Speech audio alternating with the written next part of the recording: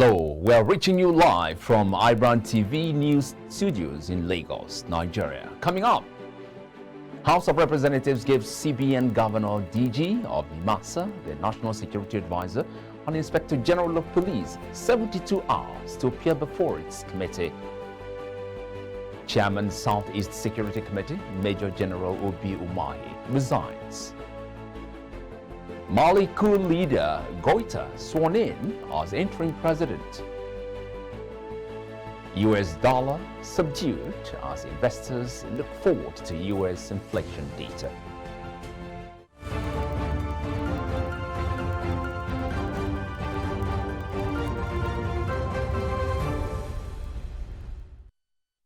Thanks very much for joining us on News Now. Here are stories making headlines this hour. I'm Michael North. The House of Representatives has given the Governor of CBN, Godwin Emefiele, DG of NIMASA, Bashir Jamoh, the National Security Advisor, and the Inspector General of Police 72 hours to appear before its investigating committee or face the law. This comes after the agencies failed to appear or formally send a representative to defend their roles in the ongoing probe into the management of recovered loots, movable and immovable, from 2002 to 2020. The hearing was meant to uncover the many frauds which have characterized recovered loots from 2002 to 2020. But the absence of all key invitees has stalled the hearing. However, the absence did not go down well with members of the committee. The only agency here is the Office of the Accountant General of Federation. And since we need them to, we need CBN to be present for us to deal with you, I don't think we'll be able to take you without the CBN being present. So I'm worried when they are invited and the National Assembly is taken for granted in a case like this. Cause for a serious concern. And with the chairman, distinguished honorable members, I want to appeal that this should not end here. If it amounts to raising them on the floor of the House, we should shut down the National Assembly if the agencies of government by Section 88 and 89. If they are not going to respect us by our invitation, then we don't need to be here. None of us always compromise our legislative duties. That's why we are here. And if they are not here and they refuse to send letters, I want to appeal that we give another 72 hours. That all the agencies invited to please, this time we are appealing. Ensure that the course appearance, I want to move this as a motion, that by Thursday, we should appear before this committee. If they fail, with the chairman and the chairman of this committee, I think the necessary provision of the Constitution should be invoked by this committee to ensure that everybody appears before the committee. The President of the Senate, Ahmed Lawan, on Monday assured the National Assembly will pass the Petroleum Industry Bill before the end of this month. Lawan, who spoke during the opening session of the 2021 Nigerian International Petroleum Summit in Abuja, said both chambers of the National Assembly were currently concluding work on the bill. The non-passage of the PIB had dragged on for about 20 years, despite stakeholders' views that the bill would positively transform the oil and gas sector in Nigeria. The Senate President said lawmakers wanted to be very fair in listening to everyone in order to adequately address the concerns of the stakeholders pertaining to the bill.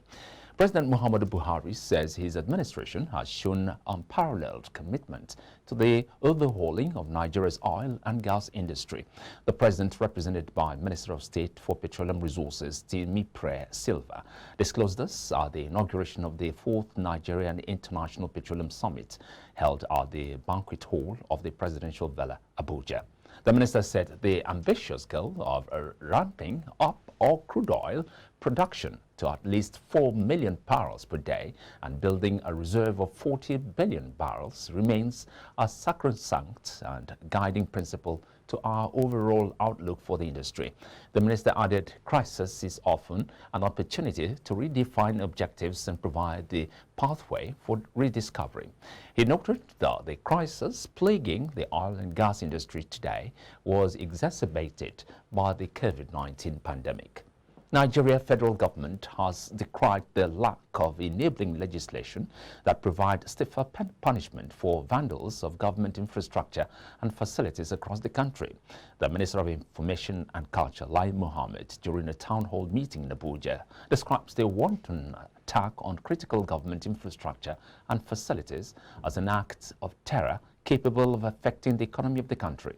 In organizing these town hall meetings, our major objectives are to create in the public mind that government property are indeed citizens' property and so must be protected for the benefit of all.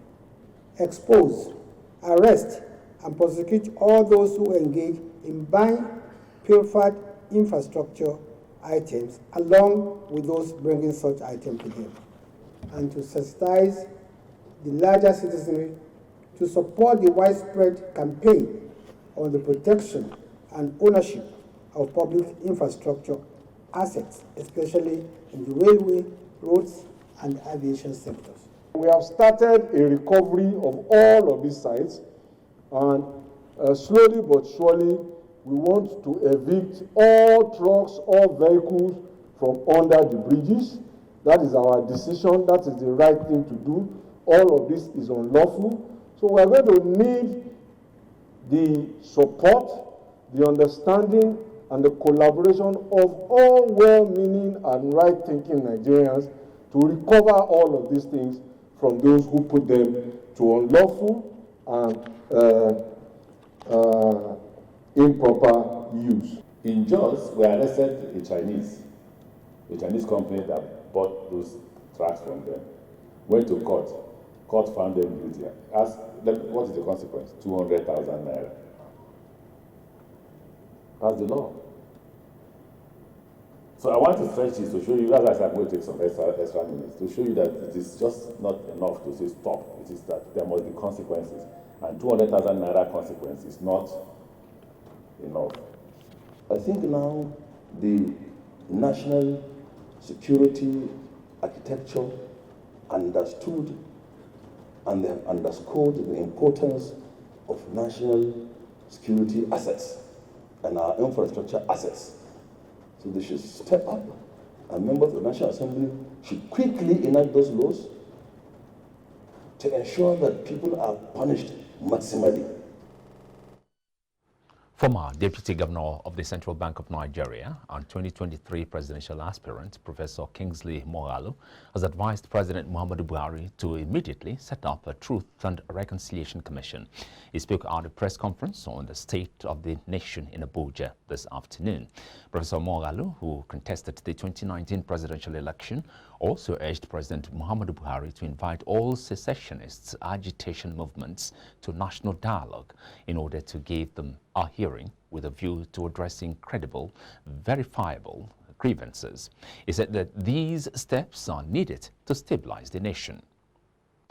This is what I'm trying to say to you. There is even another theory, but I must say it's just a speculation. But there is another speculation, that there is a political motive of some of the violence simply to discredit the region and prevent certain political outcomes in 2023. That's also there. So there are several things, and a lot of it is politics. That's the whole point of this recommendation I have made about a Truth and Reconciliation Commission. And that's one of the reasons why the specific recommendation I made, one of those specific recommendations, is that Buhari should convene a panel of historians from different parts of the country to come together and agree on the history to be taught in our schools, especially concerning the period of 1966 January to January 1970, because that seems to be the most contentious aspect of our history. June 12th is a very difficult aspect of our history, but it's straightforward. I don't think anybody debates what happened in June 12th, but on June 12th. But But regarding the civil war, the crisis, you'll find some people, they will emphasize the civil war, horrible as it was, 2 million lives dead, no joke. Anywhere in the world, 2 million lives is a lot of lives. The chairman, Southeast Security Committee, Major General Obi Umahi, has resigned his appointment. The Southeast Governors Forum had on August 31st, 2019, appointed General Umahi as the chairman, Security Committee. The committee was charged to draft a framework for the establishment of a Southeast Joint Security Outfit to cater to the security needs of the zone. Correspondent gathered that infighting among the Southeast governors delayed the launch of the security outfit, which made the outlawed indigenous people of Biafra exploit the vacuum to float the East security network. But Umahi, in his resignation letter addressed to chairman of the Southeast Governors Forum, disclosed that his committee was never funded, while no office was provided for them through the duration. Apprehension still pervades a Igongo community located in the Ibarakba local government area in Oyo State following an attack by suspected herdsmen, which led to the untimely death of more than 15 innocent Nigerians and leaving properties worth millions destroyed. In the wee hours of Saturday, some gunmen invaded Igongo, killing, looting and maiming residents, an incident which has stirred up reactions across the country. Residents of Igongo gave full details of their horrendous experience. All this thing happened around 11:30 on Saturday, in which the intruder came in massively. And when they are ready, they are shooting the gun up and there and killing people. Our people just come out in order to safeguard our people here too, and then they try their best. So he saw the gunsmen and he packed. So as they are running coming, and they are shooting along the way. So he packed and run away. So immediately the gunmen, they opened the car, the lorry window. And they wet it with the petrol and put fire on it. So, and the suspected peoples, they are all Fulanis. More than 250. And there are more than 50 peoples. Minister of Information and Culture, Lai Mohammed, says the Attorney General of the Federation and Minister of Justice, Abubakar Malami-San, will decide whether or not to prosecute the General Overseer of the Redeemed Christian Church of God, Pastor Enoch Adeboye, founder and General Superintendent of Deeper Christian Life Ministry Worldwide, Pastor William Kumuyi, as well as other violators of the Twitter ban by the federal government. Mohammed made this known on Monday evening during an interview with BBC News Africa. Adeboye, in tweets on Monday, said his church is present in over 170 countries and tweeting is in accordance with Article 19 of the United Nations Universal Declaration of Human Rights. Hours later, Kumuyi also tweeted that his church has branches across over 100 countries and 5 continents. Hence, it cannot tweet from anywhere in the world. When asked specifically whether the government would prosecute Kumuyi and Adeboye for defying its Twitter ban, the minister said the Attorney General has made it clear that if anybody violates the regulation, that such a person will be prosecuted. And this is not about any particular person. It is in the realm of the Attorney General to decide who or who not to be prosecuted. Now, the envoys of the United States, United Kingdom, and the European Union in Nigeria, among others, have insisted that the federal government's suspension of Twitter is a violation of the fundamental human rights of freedom of expression. The envoys, who met with the Minister of Foreign Affairs, Jeffrey Onyama, in Abuja on Monday, urged the federal government to protect freedom of expression. U.S. Ambassador to Nigeria, Mary Beth Leonards, who spoke on behalf of others, said they were delighted to see Nigeria succeed and that all challenges have solutions. Meanwhile, the federal government says it will restore Twitter operations in Nigeria if the platform would be used responsibly by the citizens. The Nigerian Communications Commission says it is not within its purview to arrest and prosecute violators of Twitter suspension order. In a statement on Saturday, the Attorney General of the Federation, Abaka Malami, had directed the Director of Public Prosecution to liaise with the Ministry of Communication and Digital Economy, the NCC, and other relevant government agencies to ensure the speedy prosecution of offenders without any further delay. But the Director of Public Affairs, Ikechukwu Adinde, said it was not within the power of the Commission to arrest or prosecute. Adinde said the NCC is a regulator.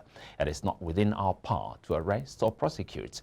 Based on our statement, we limited ourselves based on the order given to us by the government, which was to instruct the operators to disconnect, which was what we did. So the other aspects are not within our purview. Africa news now. The death toll from the worst militant attack in Burkina Faso in recent years has risen to 132. The government said on Saturday, after armed assailants laid siege overnight to a village in the jihadist-plagued northeast. The attack has struck during the night on Friday, killing residents of the village of Solan in Yaga province, bordering Niger. They also burned homes and a market, the government said in a statement. It declared a 72-hour period of national mourning, describing the attackers as terrorists, although no group has claimed responsibility. Another 40 residents were wounded, government spokesperson Ouseni Tambura later told reporters.